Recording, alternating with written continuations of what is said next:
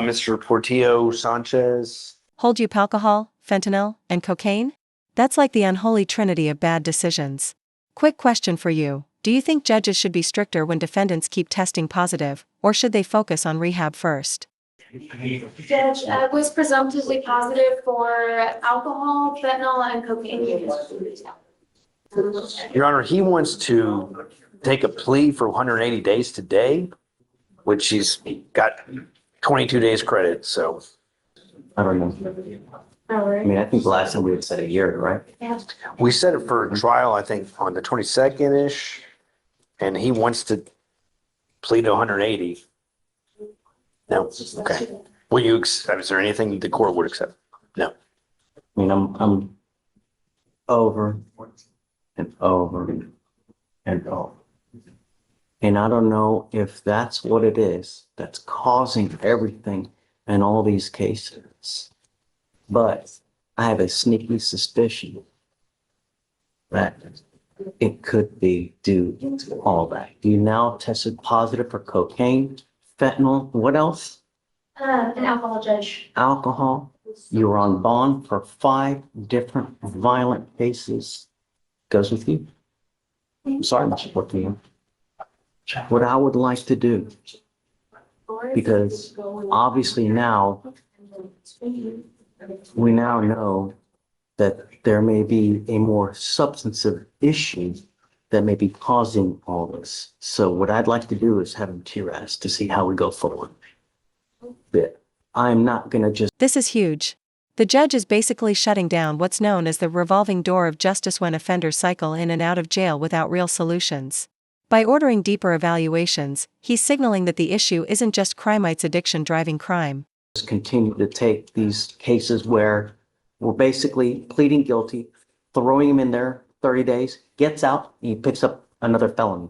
We have now 4 or 5 open felonies. No, I'm not going to continue to perpetuate this revolving door of you picking up a case, getting out, picking up a case, getting out, picking up a case, and now you're testing positive. No, we will now get to the root of what the problem is and why you have 1, 2, 3, 4, 5, 6, 7, 8, 9, 10, 11, 12, 13, 14, now 15.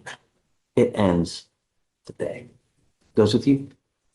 And we'll have him TRAS. Let's see what it says. And then, you know, but I'm not just going to continue to do the same thing in hopes that when he gets out. So, send it for TRAS. We'll come back in a couple of days, get the report, and let's see what they say on how it goes. Okay. But I'm not going to just continue to do the same thing and hope for a unicorn, because it's just not going to happen, you know? I would like to just, It's up to you. I would like, Want to? I mean, if, Can, I- but right, let's figure out what's going on. sure. I just want to see what I mean, Sure. obviously as his attorney, I need to Absolutely. see what his options are and meet with And I don't him. want you to do anything you are not kosher, or not happy with, you know? Before we do anything, you know, of course I want your blessing. And if he says no to what they say, then we just go Have to a trial. trial. And we'll go one after the other. Just be ready, please. Okay. Should we, I guess, set him like for Friday or something and see, I don't know. It's probably gonna be the process of today. I don't know if we're doing this tomorrow. You know, there's no way. It's now 11:30. Till tomorrow, he's still gonna be processing. Right. So we can't start the TRAS until he's out. Latest will probably be Wednesday is when we get it done. I would say we probably will have the report. Well, but he'll be set for bail review automatically, right? For Wednesday or?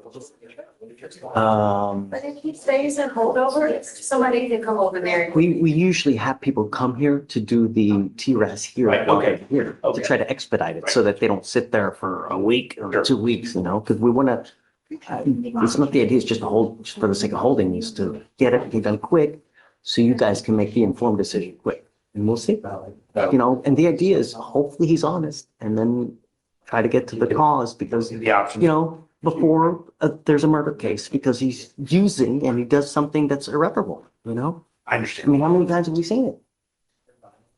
So, okay. Thank you. Tiger. Mr. Mayor Rich. Sorry, Judge, I just have, Man, I'm terrible. I am in this death penalty capital, so I just don't. still? Yes, Your Honor, we're 2 out of 3 weeks. I just have 4 minutes left on my bathroom break. Mr. Thomas tested, it looks like his marijuana. And there it is, the judge's patience has snapped. After multiple chances, bond violations, and broken promises, the message is clear: no more excuses. What do you think, was jail the only option left here, or should he have gotten one last shot at treatment? Levels are going down, but he did test positive for alcohol.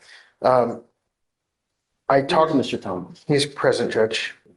Not only have I reinstated his bond once already, but now we're working a second bond violation warrant. What do I need to do to get your attention, Mr. Thomas?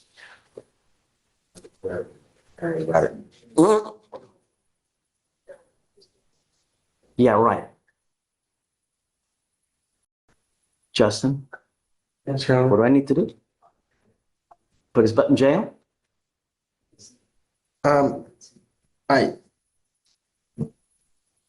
think we've been in felony court this morning, so I don't want you to think he wasn't here. He was, I don't care he was, about that. um, I care about him continuing to use and continuing to do whatever the hell he wants to do without regard to bond conditions. You do what you want to do.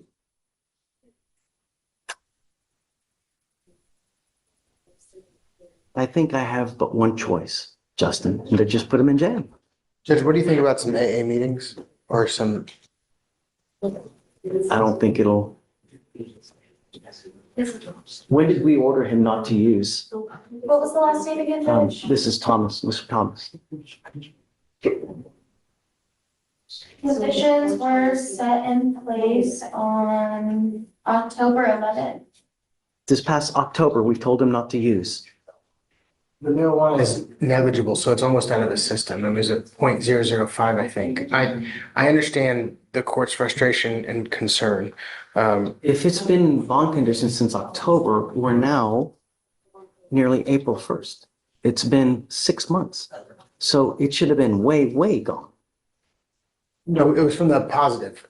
So you admonished him on the positive not to use, and then, so this was his first test since, February 6th. right, and so that's what I'm saying. So the marijuana is negligible.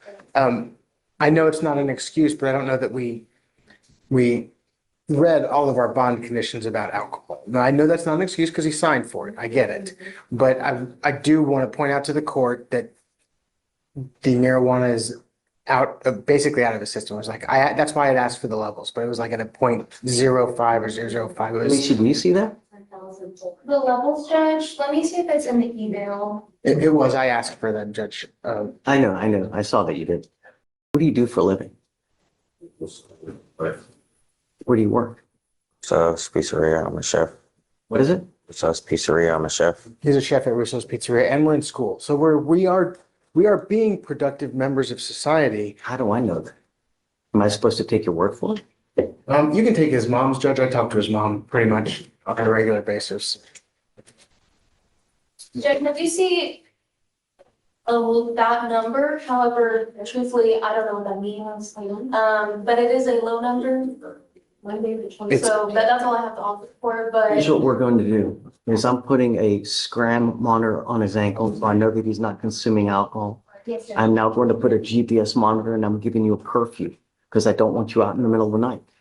I'm giving you a 10 p.m. curfew. If you ever have another bond violation, I'm going to revoke your bond and I'm going to make it so high. Do you understand? Sir. I'm sorry. I will test you again in 2 weeks. If you test positive for marijuana after 2 weeks, then that tells me that you've continued to use, and I'm going to lock you up. Do you understand? Sir.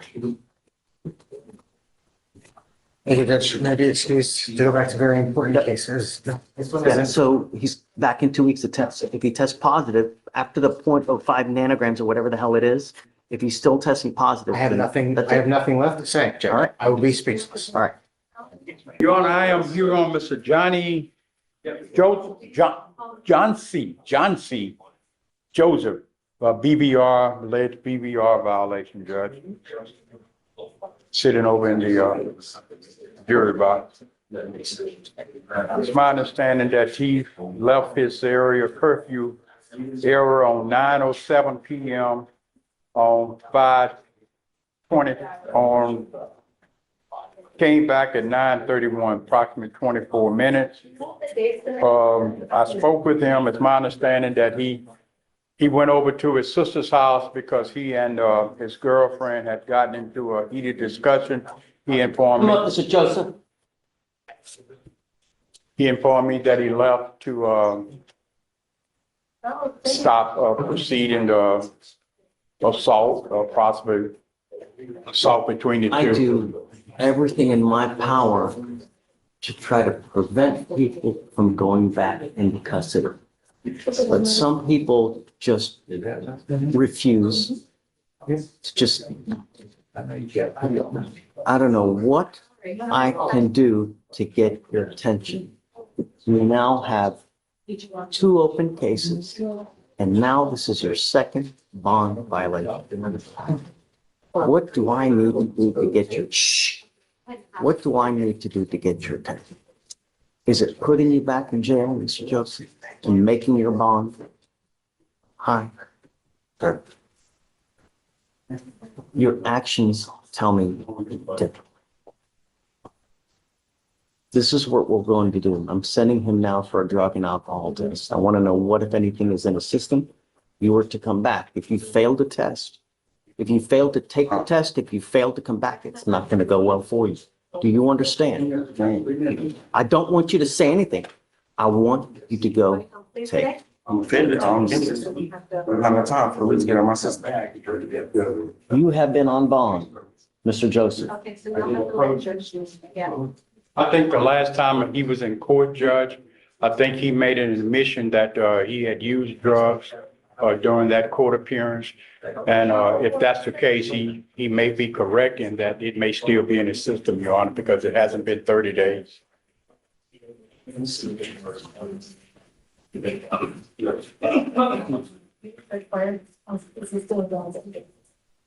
The first burglary of a motor vehicle has been open since June of 2024.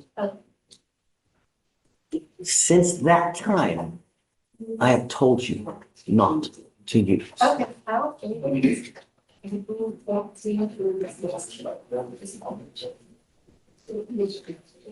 Take a seat for me. I don't know what we're gonna do. Take a seat. Thank you, Judge.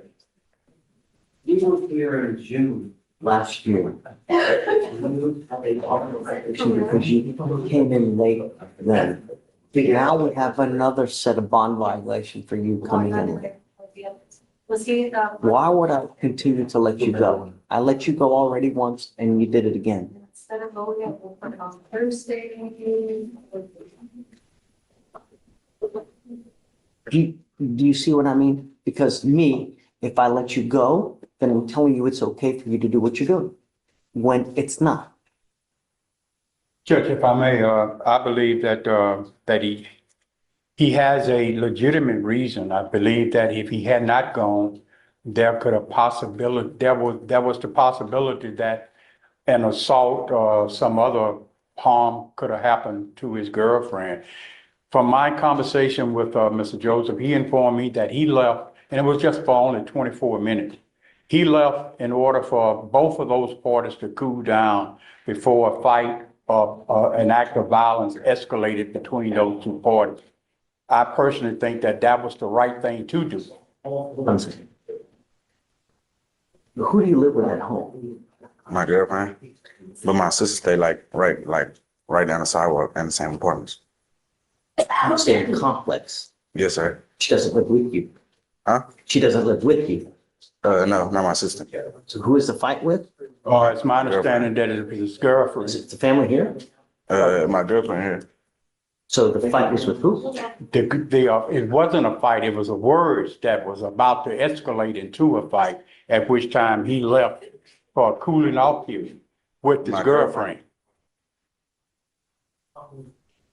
And he left, nothing serious could have happened. I believe that was, even though it was a violation of the bond condition, I believe that it could have been worse had he not left. If you put your hands on anyone, I don't care who it is, if it's a woman, if it's a man, I'm gonna put my hands all over you. You do understand, Yes, sir. nothing in this life can justify you putting your hands on anyone. You have Man, my two, hands on her. I just left so the situation can cool down. you have two open cases. At all times, you need to be thinking to yourself, if I do this, what's going to happen? If I say this, what's going to happen? If you're going to antagonize, meaning if you're going to say something that makes someone flip out on you and the laws come over and they see you and they look you up, 9 times out of 10, they're going to go against you. You need to be thinking of these things at all times. You get into a fight with them, words, it's always going to end up bad for you.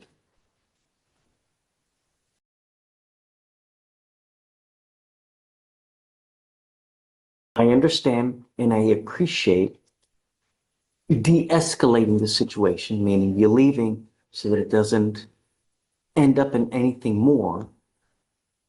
But it shouldn't be like that in the first place. Are you working? No, I just did 3 job applications. I'm waiting on the interview You to be trust the made. judge? Yes, sir. I know you are. I don't care. I do, Judge. Why aren't you working? I just recently started looking for jobs. You have too much time on your hands. You need something to do in this life before it takes you down. When you have too much time on your hands, you become self-destructive. You need something to do in this life. It's time for you to start working. And I want to see that you get a job. Toria, can we help around? Yes, I'll give them some resources. We're going to give you resources to try to help you get a job. There's no reason why you can't have a job within the next couple weeks if you try. When you put your heart and soul into it, you can achieve damn near anything. It's just how badly do you want it? That's what it amounts to. And when you do get a job, if you really do a bang up job, and if you do well and you don't do stuff half-assed, all you're going to do is you're going to go up and you will make more money. The higher you go up in a job, the more money you're going to make. And then everybody's happy. When you get to buy nice things, that's what life's about. Not the janky, stupid ass jobs where you're making $6 an hour. No. Work hard so you can make a lot of money. All right. It's great. I'm not going to ding you. I don't want any more issues. Do you understand, Mr. Joseph? Yes, sir. I'm bringing you back in 2 weeks and I want to see that you have a job. 2 to 3 weeks. If I see that you haven't put any effort into it, it's not going to go well between us. I also don't want you to use any dope. Do you understand? Yes, sir. If I find that you're testing positive, likewise, it won't go well for you. All right, Mr. D. Thank you, Your You're Honor. good.